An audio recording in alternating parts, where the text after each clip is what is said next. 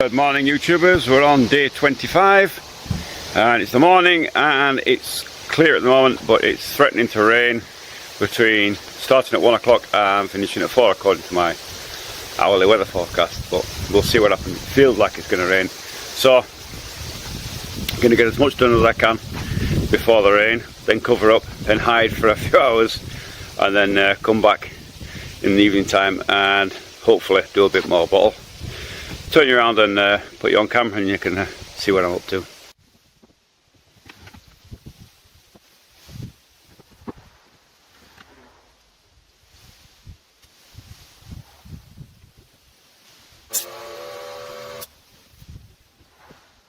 I managed to get 2 pieces cut and now I'm running from the rain again, so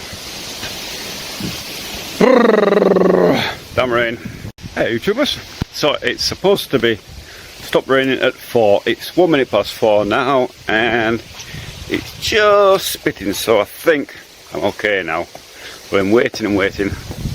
I did a few bits of cleaning the spray gun out to get all full of gunk and then they won't spray, so hopefully now I'll get a little bit done this evening before it gets dark, so I'll put you down.